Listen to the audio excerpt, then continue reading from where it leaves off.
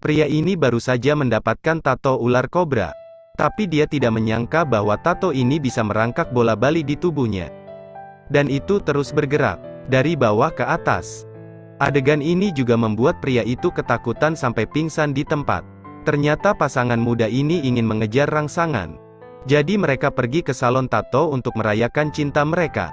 Dan begitu mereka memasuki toko, mereka menjadi sasaran ular kobra. Bagaimana iblis dikirim oleh iblis? Tapi lihatlah kobra yang cantik ini. Pada saat yang sama, dia juga meminta ahli tato untuk membantunya menato kepala ular di tubuhnya. Ekornya akan ditato pada tunangannya.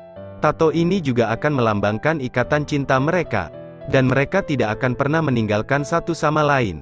Ahli tato juga mengikuti itu untuk memulai pekerjaannya. Tidak lama kemudian, sebuah karya seni selesai. Namun, Ken terus merasa ada sesuatu yang sangat tidak nyaman di belakangnya. Seperti ada yang bergerak di dalam. Setelah kembali ke rumah, dia juga tiba-tiba merasakan sesuatu yang aneh di belakangnya. Bayangan seekor ular utuh jatuh ke lantai begitu saja. Ia melihatnya, lalu memeriksa punggungnya. Tetapi dia menemukan bahwa kepala ular yang baru saja dia tato tiba-tiba tidak bisa ditemukan. Lagi pula, apa yang terjadi?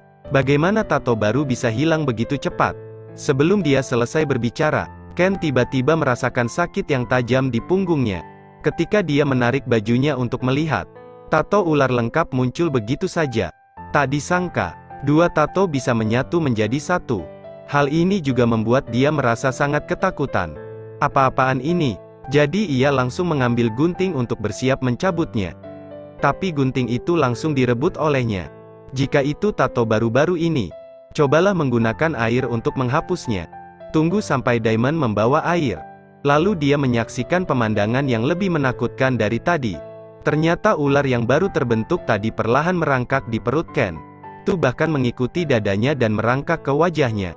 Dalam sekejap, pria jangkung ini takut menjadi fenomena mengerikan sehingga dia pingsan. Tunggu sampai dia bangun. Kemudian dengan cepat membuka pakaian untuk memeriksa tubuhnya. Kemudian dia tidak menemukan jejak ular itu lagi. Jadi dia segera ingin mengumumkan kabar baik ini kepada tunangannya. Namun sesaat kemudian, dia kembali mendengar suara yang sangat familiar. Ternyata ular itu masih berada di atasnya. Lalu menjalar ke wajahnya. Melihat itu, dia langsung menggunakan tangannya untuk menangkapnya. Mencegahnya agar tidak terus merangkak ke atas. Dia kemudian dibawa ke tempat pengusir setan oleh keluarganya. Dan ketika dia melihat ular itu, pengusir setan juga merasa sedikit terkejut. Ini sepertinya sulit, karena pengusir setan sekarang hanya dapat membantunya sebagian. Tidak sepenuhnya. Jadi dia mengeluarkan pedang yang terbakar sampai merah menyala. Untuk sementara menyegel kobra di dalamnya. Tapi setelah beberapa saat, ular itu terbangun lagi, lalu menjulurkan ekornya keluar melalui mata Ken. Saat dia berlari ke tempat itu, Ken juga jatuh pingsan. Dan setelah dibawa ke rumah sakit, bahkan dokter harus menyerah pada kasus ini. Dokter bahkan memberitahu anggota keluarga Ken untuk segera mempersiapkan akibatnya. Pada saat ini, pengusir setan tiba-tiba muncul di sini. Ketika dokter melihat ini, dia langsung mengkritik keluarga Ken karena terlalu percaya tahayul. Tapi guru hanya berteriak sekali. Kemudian dokter berjongkok dan didorong ke samping. Pengusir setan kemudian meletakkan pedang di dahi Ken. Berkat itu, rasa sakit Ken agak berkurang. Tapi ular itu masih terus bergerak di tubuh Ken. Pada saat yang sama, ular itu juga bisa keluar melalui mata Ken. Untuk menangkap ular itu, pengusir setan segera mengulurkan tangannya untuk mencoba. Tetapi jelas bahwa ini tidak sesederhana itu. Pengusir setan digigit olehnya. Kali ini pengusir setan kehilangan kesempatan untuk menghancurkannya. Karena itu, ular kembali ke bentuk semula segera setelah mengetahui niat pengusir setan. Bahkan pengusir setan dibutakan oleh racunnya. Hampir dijemput oleh Raja Neraka. Sekarang hanya ada satu cara. Kemudian dia merias wajah dan mengenakan gaun pengantin. Untuk mempersiapkan merayakan pernikahan dengan Ken di sini. Pada saat yang sama, dia mengambil ramuan dan meneguknya.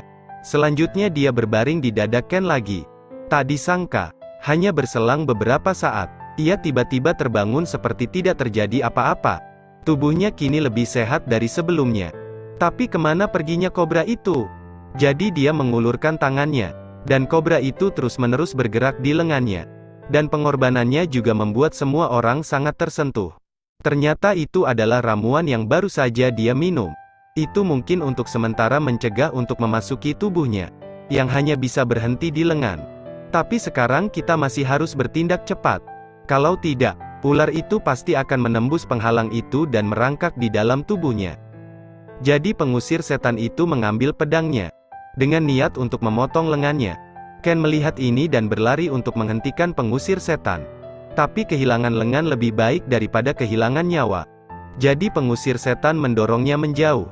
Kemudian ditebang begitu saja. Setelah kobra benar-benar hancur, Ken dan pasangannya juga telah memulai hidup baru.